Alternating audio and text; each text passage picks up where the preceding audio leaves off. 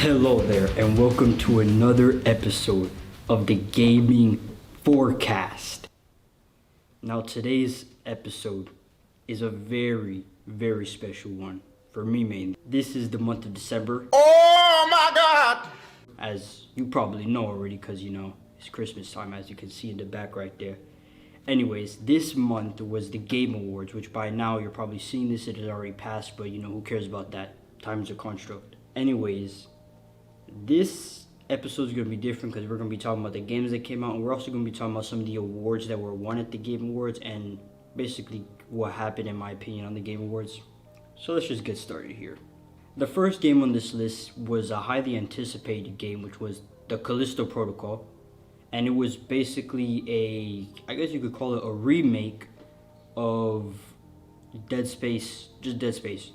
I played Dead Space 3, which I loved it. It really got me jumping sometimes. I just gotta say that. There's just not much you can say about the game. I haven't played it yet, but I have looked at some gameplay. It does look really nice. They definitely changed up the thing of the main character being the most overpowered, with you absolutely getting bodied sometimes by the villain.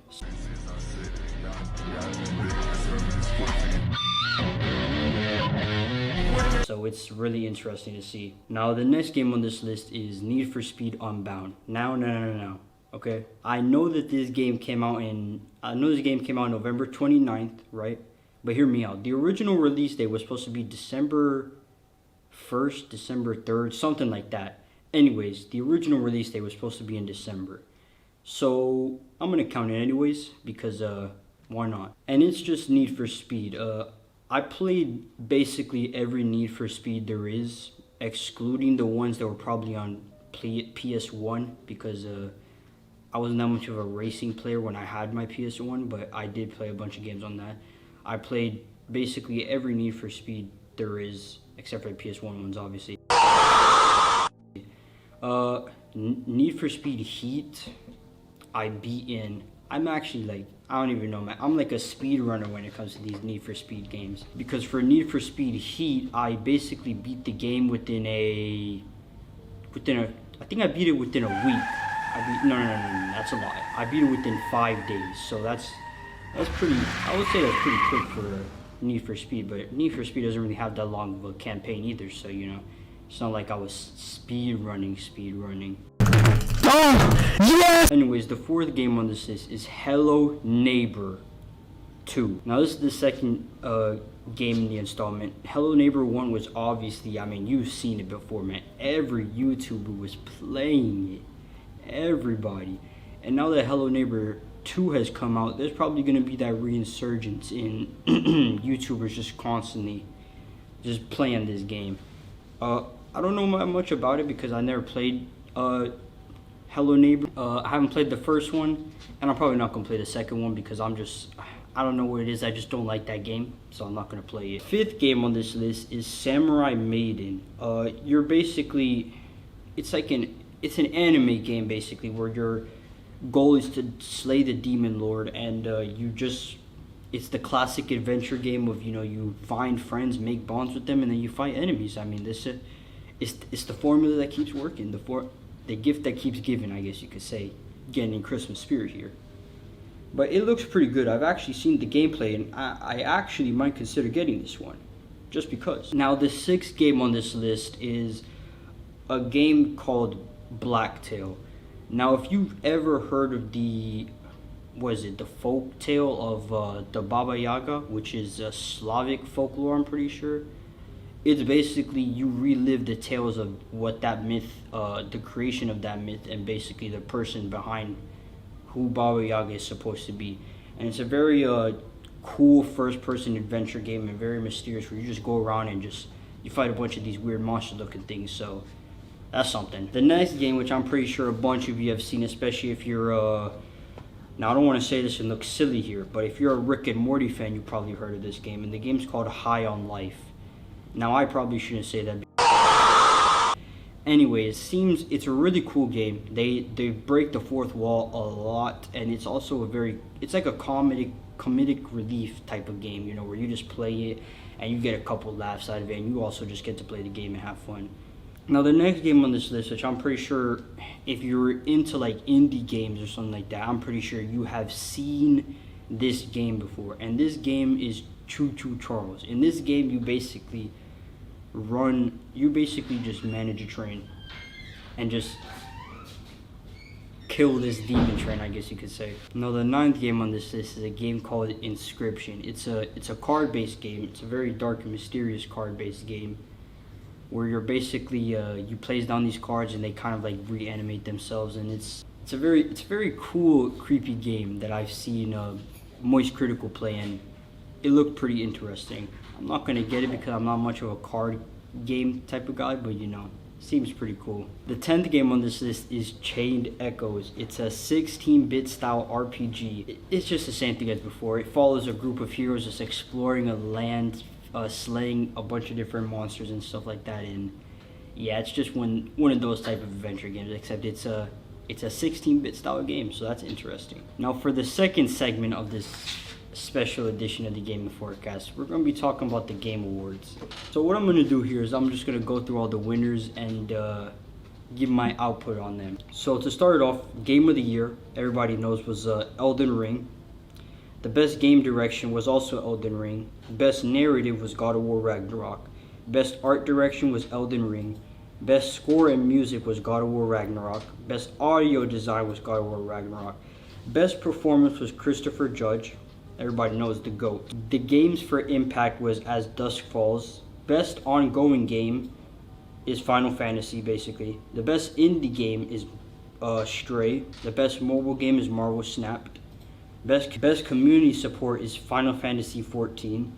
Innovation and accessibility is God of War Ragnarok. Best VR game is Mox Book 2. Best action game is Bayonetta 3. Best action adventure is God of War Ragnarok. Best role playing is Elden Ring. Best fighting is Sifu. Best family is Kirby and the Forgotten Lands. Best strategy is Mario plus Rabbids Spark of Hope. And best sports and racing is Gran Turismo 7. Best multiplayer is Splatoon 3. Best indie debut is Stray, and best adaptation, Arcane. Most anticipated game is Legend of Zelda, The Tears of the Kingdom. And then the best esports game is Valorant. Alright, now to get into my opinion of the Game Awards. I think the Game Awards this year was pretty good. It was very entertaining to watch. I did fall asleep in a couple moments of the Game Awards, so it wasn't that entertaining. Some of my favorite games that they showcased there was I would have to say Hellboy and the new Hellboy game, and Hades 2, which was pretty cool as well. So I actually might get those two games when they come out. Now everybody knows Game of the Year was gonna be Elden Ring. I mean, it was obvious from the start. You know, it basically broke the record for the most amount of games sold, and it was just such a good game. You know. God of War Ragnarok did give it a run for its money, but at the end of the day, it was obvious Elden Ring was going to win. It's just, it is what it is. And for best performance, I think Christopher Judge did actually earn that award. Now, his speech was pretty long. That's probably one of the parts that I fell asleep at, because that speech was just, I mean, it was really heartfelt, but it was just really long. And might I say, I think Sonny, that dude was looking furious or something, because his face in that crowd was just not looking all right. Best mobile game, I think Marvel Snap did earn it. Although I would have given it to Apex Legends Mobile, just because it was a way more detailed and tuned game than Marvel Snap was, which Marvel Snap had a bunch of bugs on release, and they still have bugs, which I'm experiencing right now because I play Marvel Snap. Pretty fun game. While Apex Legends on release was just more more tuned, it was a more specifically created game, and it was well tuned when it came out, and it's still a really good game. You know, they have all the exclusives going for it, all the characters, all the skins, so they're doing something right than regular Apex. Now for best VR, I'm gonna be honest with you, I don't know what in the world Moss Book 2 is, but I think that should have gone to Bone Labs. Bone Labs is just, it's such a fun game, just going in there and creating random things. It's just so fun. For the next one, let's see. Best multiplayer game, which I don't know what in the world those judges were thinking, but never in my life would I have thought of Splatoon 3 winning best multiplayer. That is a travesty. I mean, there's just not much I can say. You're really telling me that Splatoon 3 beat, what was it, Modern Warfare 2, and then what was the other one? I think it was, oh yeah, Overwatch 2. I have never heard in my life someone utter the words, yo, you trying to hop on some Splatoon 3. While on the other hand, everybody has said the phrase, trying to get on some Call of Duty. I mean, I don't even know what to say about that. I mean, Splatoon 3, that's just... For best adaptation, I feel like Arcane did deserve to win it.